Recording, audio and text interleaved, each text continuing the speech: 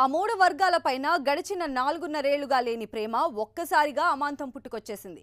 సార్వత్రిక ఎన్నికల సంవత్సరంలో వరాల వాన కురిపించింది. అందరూ ఊహించిన విధంగానే కేంద్ర ప్రభుత్వం ఓటరు ఆకర్షక బడ్జెట్తో ముందుకొచ్చింది. ఉద్యోగ, రైతు, శ్రామిక రంగాలకు తాయిలాలు ప్రకటించేసింది.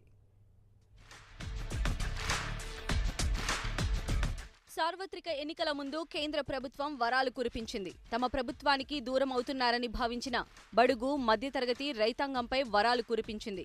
ముందుగా ఊహించినట్టుగానే ఎన్నికల తాయిలాలను తాత్కాలిక బడ్జెట్లో ప్రకటించింది.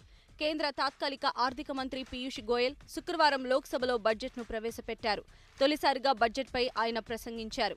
వివిధ వర్గాలను తమ వైపు ఆకర్షితులయ్యేలా బడ్జెట్ రూపకల్పన చేయడంలో ప్రభుత్వం కృతకృత్యమైందనే చెప్పాలి. ముఖ్యంగా ఉద్యోగ వర్గాలను ఊరిస్తున్న ఆదాయ పన్ను పరిమితి పెంపు ఈసారి కార్యరూపం దాల్చింది.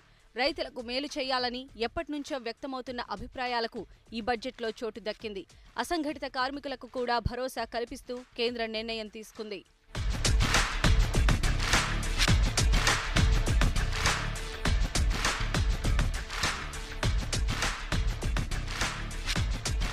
ముఖ్యంగా వేతన జీవులకు, పింఛన్దారులకు కేంద్ర ప్రభుత్వం ఈ బడ్జెట్లో ఊరట కల్పించింది.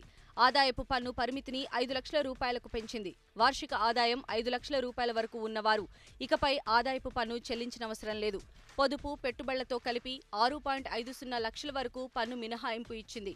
స్టాండర్డ్ డిడక్షన్ పరిమితి 40,000 నుంచి 50,000 రూపాయలకు పెంచింది. ఇప్పటి వరకు 2.5 లక్షల రూపాయలుగా ఉన్న ఆదాయపు పన్ను పరిమితిని ఒక్కసారిగా రెట్టింపు చేయడం ద్వారా ఉద్యోగ వర్గాల ఓట్లను ఆకర్షించే ప్రయత్నం చేసింది.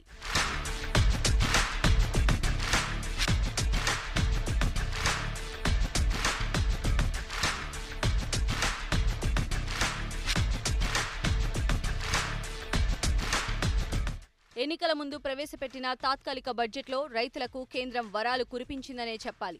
ఒక పక్క రైతు శ్రేయస్సు కోసం అధికారంలోకి వస్తే చర్యలు తీసుకుంటామన్న కాంగ్రెస్ పార్టీకి షాక్ ఇచ్చేలా ఈ బడ్జెట్లో కేంద్రం ప్రధానమంత్రి కిసాన్ సమ్మాన్ నిధిని ఏర్పాటు చేస్తూ నిర్ణయం తీసుకుంది.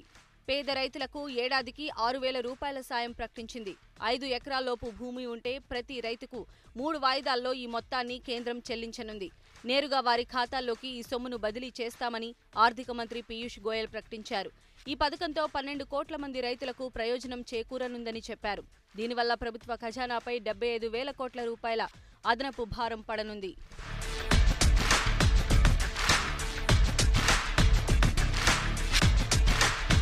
అసంఘటిత కార్మికులకు కూడా ఎన్నికల నేపథ్యంలో కేంద్ర ప్రభుత్వం కొత్త పింఛన్ పథకం ప్రకటించింది.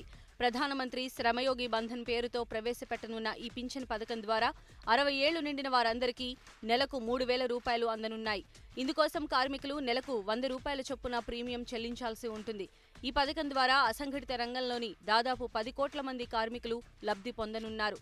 ఈ ఆర్థిక సంవత్సరం నుంచే ఈ పథకం అమల్లోకి రానుంది. మొత్తం మీద ఈ 3 వర్గాల ఓట్లకు గాలం వేసేలా తాత్కాలిక బడ్జెట్ను కేంద్ర ప్రభుత్వం ఉపయోగించుకుంది.